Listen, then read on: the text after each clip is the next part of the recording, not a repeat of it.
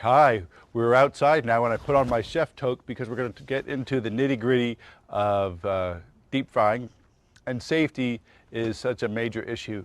I first want to talk to you about location of where you're going to be doing your deep frying. As you can see, we've picked a grassy area of the garden, and you can do this on a concrete surface or on a mud area. It should be a firm, level surface. If you live in an apartment building, this is not something you can do on your balcony.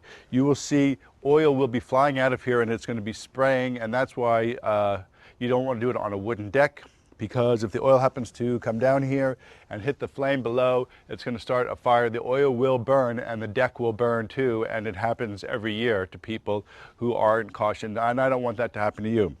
So like I said, so you want to have a grassy area. Also, if you're doing this at Thanksgiving and there might be people playing sports in the backyard while you're doing this in the grassy area, wrong.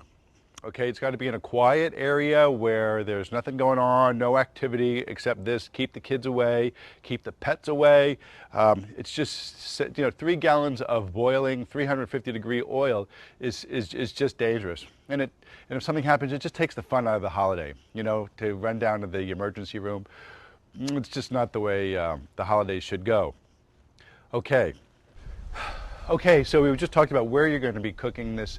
Let's talk about what you're going to wear when you're cooking this, because like I said, there's oil that's going to be flying around, and safety is so key. So as you can see, I have on a toque. You want to put on long sleeves, preferably 100% cotton. Polyester will melt and stick to your skin at 350 degrees, so 100% cotton is important. Also, you got to have safety goggles. That's right, your eyes are precious, and this stuff, it may not be beautiful, I might look hysterical, okay, but I'm going to be safe.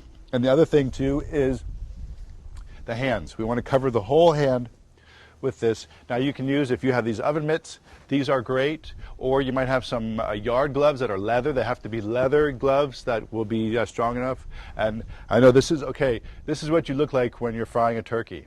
Okay, take a picture. All right, keep clicking.